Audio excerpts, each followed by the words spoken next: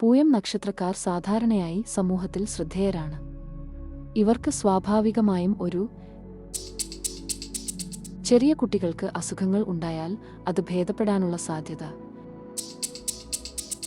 അതോടൊപ്പം വസ്ത്രം, ആഭരണം, ആഡംബര വസ്തുക്കൾ ഇവ സ്വന്തമാക്കാനുള്ള അവസരങ്ങൾ. ഈ കാലഘട്ടത്തിൽ ചെറിയ കാര്യങ്ങൾ വലുതായി തോന്നുക.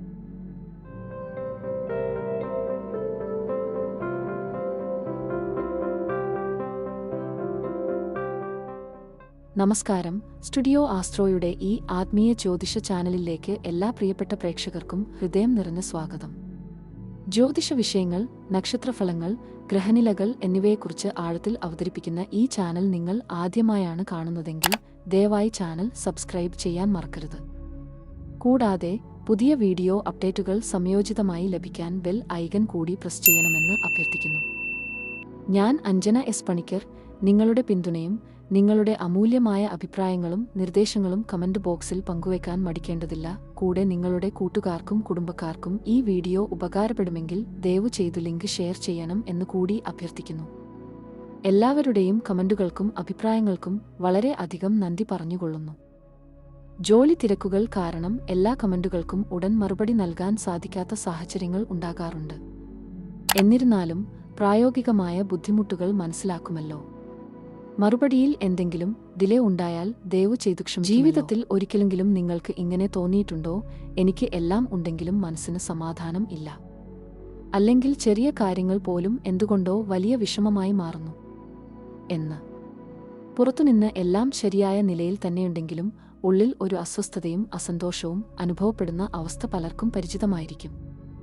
ഇന്ന് നമ്മൾ സംസാരിക്കുന്നത് പൂയം നക്ഷത്രക്കാർക്ക് 2026 വിഷുവിന് ശേഷം ജീവിതത്തിൽ ഉണ്ടാകാനിരിക്കുന്ന മാറ്റങ്ങളെക്കുറിച്ചാണ്. ഈ കാലഘട്ടം വളരെ പ്രത്യേകതയുള്ളതാണ്. ഒരു വശത്ത് ആദരവും അംഗീകാരവും ഉയരും, സൗഭാഗ്യവും സമൃദ്ധിയും വർദ്ധിക്കും. ആളുകൾ നിങ്ങളെ കൂടുതൽ വിലമതിക്കാൻ തുടങ്ങും, നിങ്ങൾ ചെയ്യുന്ന കാര്യങ്ങൾക്ക് ഒരു അംഗീകാരം ലഭിക്കും. എന്നാൽ അതേസമയം മറ്റൊരു വശത്ത് മനസ്സിൽ ചില ആശങ്കകളും മാനസിക സമ്മർദ്ദവും അനുഭവപ്പെടാൻ ഇടയുണ്ട്. ചെലവുകൾ വർദ്ധിക്കാനും ചെറിയ കാര്യങ്ങൾ പോലും ചിലപ്പോൾ വലിയ പ്രശ്നങ്ങളായി തോന്നാനും സാധ്യതയുണ്ട്. അതായത് ഈ ഘട്ടത്തിൽ ജീവിതം ഒരു സമതുലിതാവസ്ഥ കൈവരിക്കാൻ ശ്രമിക്കുന്ന ഒരു യാത്രയായിരിക്കും. സന്തോഷവും സമ്മർദ്ദവും ഒരുമിച്ച് അനുഭവപ്പെടുന്ന ഒരു കാലഘട്ടം. അതിനെ എങ്ങനെ കൈകാര്യം ചെയ്യുന്നു എന്നതാണ് നിർണായകം. ആദ്യം ഒരു ചോദ്യം: നിങ്ങളുടെ നക്ഷത്രം പൂയം ആണോ? ആണെങ്കിൽ നിങ്ങളുടെ നക്ഷത്രം കമന്റിൽ പങ്കുവെക്കൂ. പൂയം എന്ന് എഴുതൂ. പൂയം നക്ഷത്രക്കാർ സാധാരണയായി സമൂഹത്തിൽ പ്രത്യേകം ശ്രദ്ധിക്കപ്പെടുന്നവരാണ്. ഇവരുടെ വ്യക്തിത്വത്തിൽ സ്വാഭാവികമായൊരു ആകർഷണശക്തി കാണാം. ഇവർ എവിടെയായാലും ആളുകൾക്ക് ഇവരോട് ഒരു ഇഷ്ടവും അടുപ്പവും തോന്നും. പ്രത്യേകിച്ച് ഇവരുടെ സാന്നിധ്യം തന്നെ ഒരു നല്ല ഊർജം നൽകുന്നതുപോലെ അനുഭവപ്പെടും. ഒരു വ്യക്തി വളരെ സാധാരണമായ ഒരു ജോലിയിലാണ് ഉണ്ടായിരുന്നത്. വലിയ സമ്പത്തോ ഉയർന്ന സ്ഥാനമോ ഒന്നും ഇല്ല. എന്നാൽ അവൻ പോകുന്നിടത്തെല്ലാം ആളുകൾ അവനെ ആദരിക്കുകയും ബഹുമാനിക്കുകയും ചെയ്യും. അവനോട് സംസാരിക്കാൻ ആളുകൾക്ക് ഇഷ്ടമുണ്ടാകും.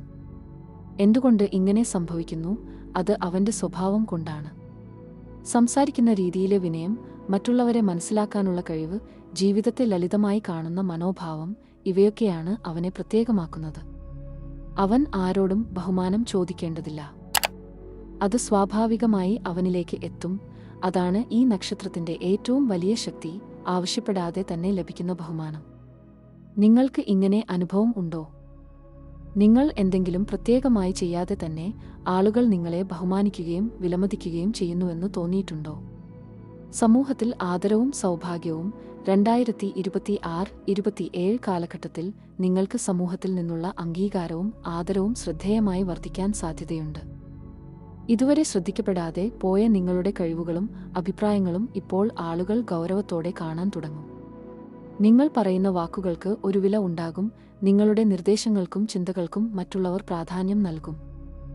പല സാഹചര്യങ്ങളിലും ആളുകൾ നിങ്ങളെ കേൾക്കാനും നിങ്ങളിൽ നിന്ന് മാർഗനിർദ്ദേശം തേടാനും തയ്യാറാകും. അതോടൊപ്പം ജീവിതത്തിലെ സൗകര്യങ്ങളും ഭൗതിക സുഖങ്ങളും വർദ്ധിക്കുന്ന ഒരു ഘട്ടം കൂടിയാണ് ഇത്. വസ്ത്രങ്ങൾ, ആഭരണങ്ങൾ, മറ്റു ആഡംബര വസ്തുക്കൾ എന്നിവ സ്വന്തമാക്കാനുള്ള അവസരങ്ങൾ ലഭിക്കാം. മുമ്പ് ആഗ്രഹിച്ചിരുന്നെങ്കിലും സാധിക്കാതെ പോയ ചില കാര്യങ്ങൾ ഇപ്പോൾ അനായാസമായി നടക്കുന്നതായി നിങ്ങൾക്ക് അനുഭവപ്പെടാം. ഉദാഹരണത്തിന്, ഒരു സ്ത്രീക്ക് വർഷങ്ങളായി സ്വർണം വാങ്ങണമെന്ന വലിയ ആഗ്രഹം ഉണ്ടായിരുന്നു. എന്നാൽ പല കാരണങ്ങളാൽ അത് സാധിക്കാതെ പോയി. സാമ്പത്തികമായ നിയന്ത്രണങ്ങളും മറ്റു ഉത്തരവാദിത്വങ്ങളും അവളെ പിന്നോട്ട് നിർത്തി. പക്ഷേ ഈ കാലഘട്ടത്തിൽ അവൾ പ്രതീക്ഷിക്കാത്ത രീതിയിൽ ഒരു അവസരം ലഭിക്കുകയും ഏറെ നാളായി കാത്തിരുന്ന ആ സ്വപ്നം സഫലമാകുകയും ചെയ്തു. ഇതാണ് ഈ സമയത്തിന്റെ പ്രത്യേകത. മുമ്പ് നേടാൻ ബുദ്ധിമുട്ടായിരുന്ന കാര്യങ്ങൾ തന്നെ ഇപ്പോൾ നിങ്ങളുടെ ജീവിതത്തിലേക്ക് സ്വാഭാവികമായി എത്താൻ തുടങ്ങും. ഇപ്പോൾ നിങ്ങൾക്ക് ഏറ്റവും ആഗ്രഹമുള്ളത് എന്താണ്? ആഭരണം ആണോ? സ്വന്തം വീട് ആണോ? വാഹനം ആണോ? കമന്റ് ബോക്സിൽ പങ്കുവെക്കൂ. ഈ കാലഘട്ടത്തിൽ ജീവിതത്തിന്റെ പുറംഭാഗം വളരെ നല്ല രീതിയിൽ മുന്നോട്ടു പോകുന്നുണ്ടെങ്കിലും ഉള്ളിൽ ചെറിയ മാനസിക അലച്ചിലും ആശങ്കകളും അനുഭവപ്പെടുന്ന ഒരു പ്രത്യേക ഘട്ടമാണിത്. പലപ്പോഴും എല്ലാം ശരിയാണെങ്കിലും എന്തോ കുറവ് തോന്നുന്നു എന്നൊരു അനുഭവം ഉണ്ടാകാം.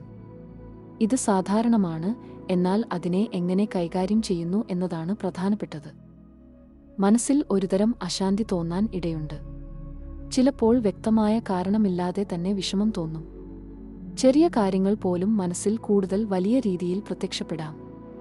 ഒരാൾ പറഞ്ഞ ഒരു വാക്ക്, ഒരു ചെറിയ സംഭവം, ഒരു വൈകിയ മറുപടി, ഇവയൊക്കെ അനാവശ്യമായി മനസ്സിൽ വളരാൻ തുടങ്ങും.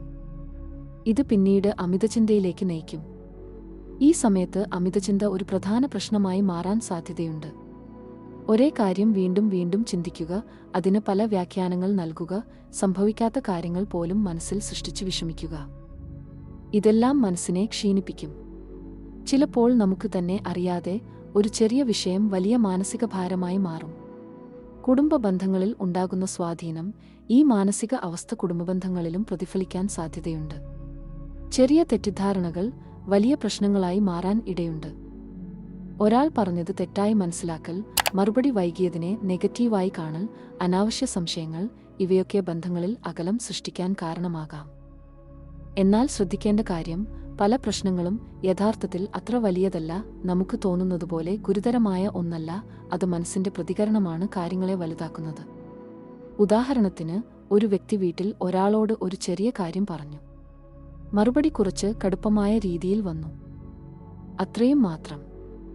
എന്നാൽ ആ വ്യക്തി അത് മനസ്സിൽ വെച്ച് ദിവസങ്ങളോളം ചിന്തിച്ചു. അവർ എനിക്ക് അങ്ങനെ പറഞ്ഞത് എന്തുകൊണ്ട്? എനിക്ക് വിലയില്ലേ എന്ന്? അവർ എന്നെ ഇഷ്ടപ്പെടുന്നില്ലേ? എന്നിങ്ങനെ പല ചിന്തകളും മനസ്സിൽ വളർന്നു. ഇത് അവനെ മാനസികമായി ബാധിച്ചു. പിന്നീട് യഥാർത്ഥ കാരണം അന്വേഷിച്ചപ്പോൾ ആ വ്യക്തി അന്നേ ദിവസം ചെറിയൊരു സമ്മർദ്ദത്തിലായിരുന്നു എന്നതാണ് മനസ്സിലായത്. അത്ര ചെറിയ കാര്യം, പക്ഷേ അതിനെക്കുറിച്ച് ദിവസങ്ങളോളം വിഷമിച്ചു. ഇതാണ് അമിതചിന്തയുടെ സ്വഭാവം. യാഥാർത്ഥ്യത്തെക്കാൾ വലിയ ഒരു കഥ നമ്മൾ മനസ്സിൽ സൃഷ്ടിക്കുന്നു. എന്താണ് ശ്രദ്ധിക്കേണ്ടത്?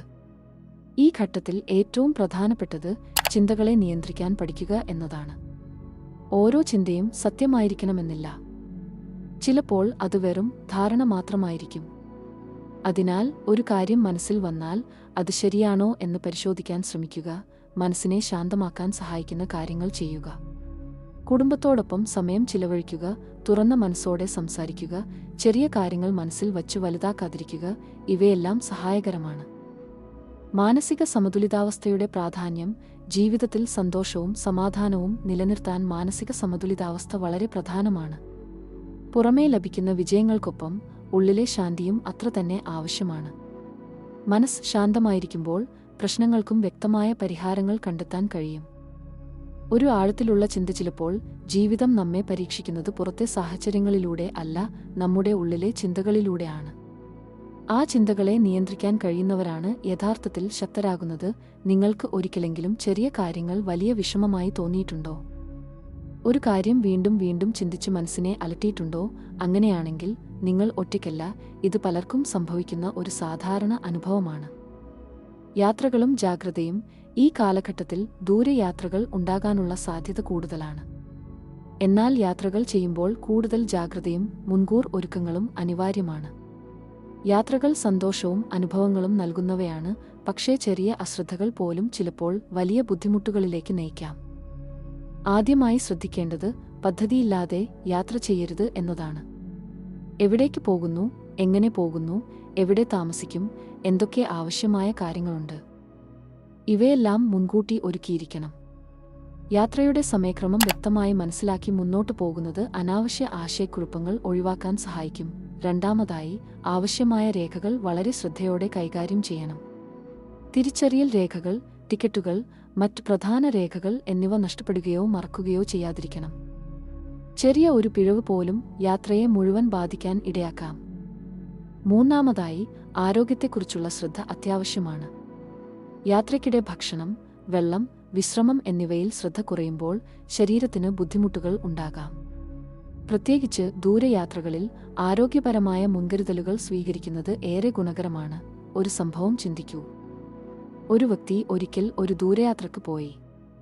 എല്ലാം ശരിയായി തുടങ്ങിയെങ്കിലും ഒരു ചെറിയ അശ്രദ്ധ കാരണം വലിയ പ്രശ്നത്തിൽപ്പെട്ടു. ഒരു പ്രധാന രേഖ ശരിയായി സൂക്ഷിക്കാത്തതുകൊണ്ട് അവൻ ഏറെ സമയം ബുദ്ധിമുട്ട് അനുഭവിക്കേണ്ടി വന്നു. യാത്രയുടെ സന്തോഷം നഷ്ടപ്പെട്ടു, അനാവശ്യ സമ്മർദ്ദം കൂടി. ഈ അനുഭവം നമ്മെ പഠിപ്പിക്കുന്നത് ഭയം വേണ്ട, പക്ഷേ ജാഗ്രത അനിവാര്യമാണ് എന്നതാണ്.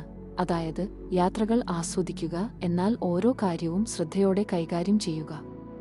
മുൻകരുതലുകൾ എടുത്താൽ യാത്രകൾ കൂടുതൽ സുരക്ഷിതവും സന്തോഷകരവുമായി മാറും. ധനനഷ്ടവും സാമ്പത്തിക ശ്രദ്ധയും. ഈ സമയത്ത് സാമ്പത്തിക കാര്യങ്ങളിൽ കൂടുതൽ ജാഗ്രത ആവശ്യമാണ്. ചിലർക്കു പ്രതീക്ഷിക്കാത്ത രീതിയിൽ ധനനഷ്ടം സംഭവിക്കാനുള്ള സാധ്യത ഉണ്ടാകാം. അതിനാൽ ഓരോ സാമ്പത്തിക തീരുമാനവും ചിന്തിച്ചും വിലയിരുത്തിയും എടുക്കുന്നത് വളരെ പ്രധാനമാണ്. ആദ്യമായി ശ്രദ്ധിക്കേണ്ടത് അനാവശ്യ ചെലവുകൾ നിയന്ത്രിക്കുക എന്നതാണ്. ചെറിയ ചെലവുകൾ പോലും ശ്രദ്ധിക്കാതെ പോകുമ്പോൾ അത് പതുക്കെ വലിയ സാമ്പത്തിക ഭാരമായി മാറാം. ആവശ്യവും അനാവശ്യവും തിരിച്ചറിയാതെ പണം ചെലവഴിക്കുന്ന ശീലം ഈ സമയത്ത് ഒഴിവാക്കണം. രണ്ടാമതായി, തെറ്റായ നിക്ഷേപങ്ങളിൽ നിന്ന് സൂക്ഷിക്കണം. പെട്ടെന്ന് ലാഭം ലഭിക്കും എന്ന വാഗ്ദാനങ്ങളിൽ ആകൃഷ്ടരാകാതെ കാര്യങ്ങൾ വിശദമായി പഠിച്ച ശേഷം മാത്രമേ നിക്ഷേപ തീരുമാനങ്ങൾ എടുക്കാവൂ. അപ്രതീക്ഷിതമായി എടുത്ത തീരുമാനങ്ങൾ പിന്നീട് നഷ്ടത്തിലേക്ക് നയിക്കാം. മൂന്നാമതായി, വികാരാധീനമായ തീരുമാനങ്ങൾ ഒഴിവാക്കണം. ചിലപ്പോൾ ആവേശത്തിൽ അല്ലെങ്കിൽ സമ്മർദ്ദത്തിൽ എടുത്ത സാമ്പത്തിക തീരുമാനങ്ങൾ ദീർഘകാലത്തിൽ ബുദ്ധിമുട്ടുകൾ സൃഷ്ടിക്കും. അതിനാൽ ശാന്തമായ മനസ്സോടെ മാത്രം തീരുമാനങ്ങൾ എടുക്കുക. അതിനാൽ ഓർമ്മിക്കേണ്ടത് സ്മാർട്ടായി സമ്പാദിക്കുക, അതിലും സ്മാർട്ടായി ചെലവഴിക്കുക. കുട്ടികളും ആരോഗ്യവും. ചെറിയ കുട്ടികളുടെ കാര്യത്തിൽ ഈ കാലഘട്ടം ഒരു പോസിറ്റീവ് സൂചന നൽകുന്നു. ചെറിയ അസുഖങ്ങൾ ഉണ്ടായാലും അവ ഭേദപ്പെടാനുള്ള സാധ്യത കൂടുതലായിരിക്കും. അതായത് ആരോഗ്യപരമായി വലിയ ആശങ്കകൾ ഉണ്ടാകാതെ ശരിയായ പരിചരണത്തോടെ കുട്ടികൾ പതുക്കെ സുഖം പ്രാപിക്കുന്ന ഒരു സാഹചര്യം കാണാം. ഇത് മാതാപിതാക്കൾക്ക് വലിയ ആശ്വാസം നൽകുന്ന കാര്യമാണ്. കുട്ടികളുടെ ആരോഗ്യം സ്ഥിരതയോടെ മെച്ചപ്പെടുന്നത് കുടുംബത്തിൽ സമാധാനവും ആത്മവിശ്വാസവും വർദ്ധിപ്പിക്കും. 9 മുതൽ 27 വയസ്സ് വരെയുള്ളവർ. പഠന വളർച്ചയുടെ ഘട്ടം. ഈ പ്രായപരിധിയിൽ ഉള്ളവർക്ക് പഠനത്തിൽ ശ്രദ്ധേയമായ പുരോഗതി കാണാൻ സാധ്യതയുണ്ട്. മുമ്പ് ശ്രദ്ധ കുറവായിരുന്നവർക്ക് പോലും ഇപ്പോൾ കൂടുതൽ ഏകാഗ്രത കൈവരിക്കാൻ കഴിയും. പഠനത്തിൽ താൽപര്യം വർദ്ധിക്കുകയും കാര്യങ്ങൾ മനസ്സിലാക്കാനുള്ള കഴിവ് മെച്ചപ്പെടുകയും ചെയ്യും. മനസ്സിൽ ഒരു ശാന്തതയും സന്തോഷവും ഉണ്ടാകുന്നതോടെ പഠനം കൂടുതൽ എളുപ്പമാകും. ലക്ഷ്യങ്ങളെക്കുറിച്ചുള്ള വ്യക്തതയും ഉയരും. ഒന്ന് ചിന്തിക്കൂ, ഒരു വിദ്യാർത്ഥി മുമ്പ് ശരാശരി പ്രകടനം മാത്രമേ കാഴ്ചവെച്ചിരുന്നുള്ളൂ. എന്നാൽ ഒരു ഘട്ടത്തിൽ അവന്റെ ശ്രദ്ധയും ഏകാഗ്രതയും മെച്ചപ്പെട്ടു. സമയം ശരിയായി ഉപയോഗിക്കാൻ തുടങ്ങി. അതിന്റെ ഫലമായി അവൻ മികച്ച പ്രകടനം കാഴ്ചവെക്കുന്ന വിദ്യാർത്ഥിയായി മാറി. ഇതിൽ നിന്നുള്ള പ്രധാന സന്ദേശം, സമയവും ശ്രദ്ധയും ശരിയായ രീതിയിൽ ഉപയോഗിക്കുമ്പോൾ മാറ്റം ഉറപ്പാണ്. 27 മുതൽ 32 വയസ്സ് വരെയുള്ളവർ. ആരോഗ്യ ജാഗ്രതയുടെ ഘട്ടം. ഈ പ്രായപരിധിയിൽ ഉള്ളവർക്ക് ശരീരത്തിൽ ചെറിയ സമ്മർദ്ദങ്ങളും ക്ഷീണവും അനുഭവപ്പെടാനുള്ള സാധ്യത കൂടുതലാണ്. ജോലി സമ്മർദ്ദം, ഉറക്കക്കുറവ്, മാനസിക സമ്മർദ്ദം എന്നിവ ശരീരത്തെ ബാധിക്കാം. ചിലപ്പോൾ ചെറിയ ലക്ഷണങ്ങൾ പോലും അവഗണിക്കപ്പെടാം. എന്നാൽ അത് പിന്നീട് വലിയ ആരോഗ്യ പ്രശ്നങ്ങളായി മാറാൻ ഇടയുണ്ട്. അതിനാൽ ശരീരത്തിന്റെ സൂചനകൾ ശ്രദ്ധിക്കുന്നത് അത്യാവശ്യമാണ്. ശരീരം നൽകുന്ന ചെറിയ സൂചനകൾ പോലും അവഗണിക്കരുത്. സമയത്ത് വിശ്രമം, ശരിയായ ഭക്ഷണം, മാനസിക ശാന്തി എന്നിവ പാലിക്കുന്നത് വളരെ പ്രധാനമാണ്. ശരീരം പറയുന്നത് ശ്രദ്ധിച്ചാൽ വലിയ പ്രശ്നങ്ങൾ ഒഴിവാക്കാൻ കഴിയും. ആത്മീയ പരിഹാരം. ഈ കാലഘട്ടത്തിൽ ശിവഭക്തിക്ക് പ്രത്യേകമായ പ്രാധാന്യം ഉണ്ടെന്ന് പറയപ്പെടുന്നു. മനസ്സിലെ അശാന്തിയും ആശങ്കകളും കുറയ്ക്കാൻ ആത്മീയ അഭ്യാസങ്ങൾ വലിയ സഹായം നൽകുന്നു. ജീവിതത്തിലെ സമ്മർദ്ദങ്ങളും മാനസിക ഭാരവും കുറയ്ക്കാൻ ശിവാരാധന ഒരു സ്ഥിരത നൽകുന്ന മാർഗമായി കണക്കാക്കപ്പെടുന്നു. മഹാമൃത്യുഞ്ജയ മന്ത്രത്തിന്റെ ജപം മനസ്സിന് ധൈര്യവും ആത്മവിശ്വാസവും നൽകുന്ന ശക്തമായ ഒരു ആത്മീയ അഭ്യാസമായി കണക്കാക്കപ്പെടുന്നു. ഭയം, ആശങ്ക, മാനസിക സമ്മർദ്ദം എന്നിവ കുറയ്ക്കാൻ ഇത് സഹായകരമാണെന്ന് വിശ്വസിക്കപ്പെടുന്നു. ഒരു വ്യക്തി സ്ഥിരമായി ശിവക്ഷേത്രത്തിൽ പോകാൻ ആരംഭിച്ചു. തുടക്കത്തിൽ മനസ്സിൽ ഉണ്ടായിരുന്ന അസ്വസ്ഥതയും ആശങ്കയും പതുക്കെ കുറയാൻ തുടങ്ങി. ജീവിതത്തിലെ ചിന്തകൾ കൂടുതൽ ക്രമത്തിലാകുകയും ഉള്ളിൽ ഒരു ശാന്തത അനുഭവപ്പെടുകയും ചെയ്തു. ഇതിൽ നിന്നുള്ള പ്രധാന സന്ദേശം ആത്മീയത മനസ്സിന്റെ സ്ഥിരതയ്ക്ക് ഒരു ശക്തമായ അടിത്തറയാണ്. മനസ്സ് ശാന്തമായാൽ ജീവിതത്തിലെ പ്രശ്നങ്ങളെ കൂടുതൽ വ്യക്തതയോടെ നേരിടാൻ കഴിയും. പൂയം നക്ഷത്രക്കാർക്ക് ഈ കാലഘട്ടം ഒരു മിശ്ര അനുഭവങ്ങളുള്ള ഘട്ടമാണ്. ജീവിതത്തിൽ ഒരേ സമയം രണ്ട് വ്യത്യസ്ത പ്രവാഹങ്ങൾ അനുഭവപ്പെടുന്ന സമയമായി ഇതിനെ കാണാം. ഒരു വശത്ത് സൗഭാഗ്യം, ആദരം, അംഗീകാരം, ജീവിതത്തിൽ മെച്ചപ്പെട്ട അവസരങ്ങൾ, സാമ്പത്തിക പുരോഗതി, സാമൂഹിക വിലമതിപ്പ് എന്നിവ വർദ്ധിക്കാൻ സാധ്യതയുണ്ട്. ഇതിൽ നിന്നുള്ള പ്രധാന സന്ദേശം ആത്മീയത മനസ്സിന്റെ സ്ഥിരതയ്ക്ക് ഒരു ശക്തമായ അടിത്തറയാണ്. മനസ്സ് ശാന്തമായാൽ ജീവിതത്തിലെ പ്രശ്നങ്ങളെ കൂടുതൽ വ്യക്തതയോടെ നേരിടാൻ കഴിയും. പൂയം നക്ഷത്രക്കാർക്ക് ഈ കാലഘട്ടം ഒരു മിശ്ര അനുഭവങ്ങളുള്ള ഘട്ടമാണ്.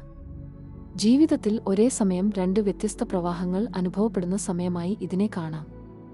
ഒരു വശത്ത് സൗഭാഗ്യം, ആദരം, അംഗീകാരം, ജീവിതത്തിൽ മെച്ചപ്പെട്ട അവസരങ്ങൾ, സാമ്പത്തിക പുരോഗതി, സാമൂഹിക വിലമതിപ്പ് എന്നിവ വർദ്ധിക്കാൻ സാധ്യതയുണ്ട്. നിങ്ങൾ ചെയ്യുന്ന കാര്യങ്ങൾക്ക് കൂടുതൽ ശ്രദ്ധയും അംഗീകാരവും ലഭിക്കുന്ന ഒരു സമയം കൂടിയാണ് ഇത്. മറ്റൊരു വശത്ത് മനസ്സിന്റെ പരീക്ഷണങ്ങൾ, ചെറിയ ആശങ്കകൾ, അമിതചിന്ത, മാനസിക സമ്മർദ്ദം എന്നിവയും അനുഭവപ്പെടാൻ ഇടയുണ്ട്. പുറമേ എല്ലാം നല്ലതായി തോന്നുമ്പോഴും ഉള്ളിൽ ചെറിയ അസ്വസ്ഥതകൾ ഉണ്ടാകാം. അതിനാൽ ഏറ്റവും പ്രധാനപ്പെട്ടത് സമതുലിതാവസ്ഥ നിലനിർത്തുക എന്നതാണ്. ചിന്തകളെ നിയന്ത്രിക്കുകയും അനാവശ്യ ആശങ്കകൾ ഒഴിവാക്കുകയും ശരിയായ തീരുമാനങ്ങൾ ശാന്തമായ മനസ്സോടെ എടുക്കുകയും ചെയ്താൽ ഈ കാലഘട്ടം നിങ്ങൾക്ക് വളരെ വിജയകരമായ ഒരു ഘട്ടമായി മാറും. ഓർമ്മിക്കേണ്ടത്, ജീവിതത്തിലെ മാറ്റങ്ങൾ നമ്മെ തളർത്താനല്ല, കൂടുതൽ ശക്തരാക്കാനാണ്.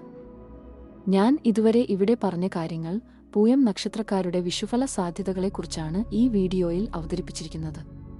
ഒരു കാര്യം ഒരിക്കൽ കൂടി ഓർമ്മിപ്പിച്ചുകൊള്ളട്ടെ, നിങ്ങളുടെ പേരും നാളും കമന്റായി താഴെ ഇടാവുന്നതാണ്. അത് കുറിച്ചെടുത്തു ഞങ്ങളുടെ തറവാട്ട് ക്ഷേത്രത്തിൽ ദിവസം നടന്നുവരുന്ന പൂജകളിൽ ഉൾപ്പെടുത്തുന്നതായിരിക്കും. ഈ വീഡിയോ നിങ്ങൾക്ക് പ്രയോജനകരമാണെന്ന് തോന്നുന്നുവെങ്കിൽ അത് നിങ്ങളുടെ സുഹൃത്തുക്കളിലേക്കും കുടുംബാംഗങ്ങളിലേക്കും പങ്കുവയ്ക്കാൻ ദയവായി മറക്കരുത്. വീണ്ടും അടുത്ത വീഡിയോയുമായി ഞാൻ വരുന്നത് വരെ it's me Anjana S Panicker, signing off.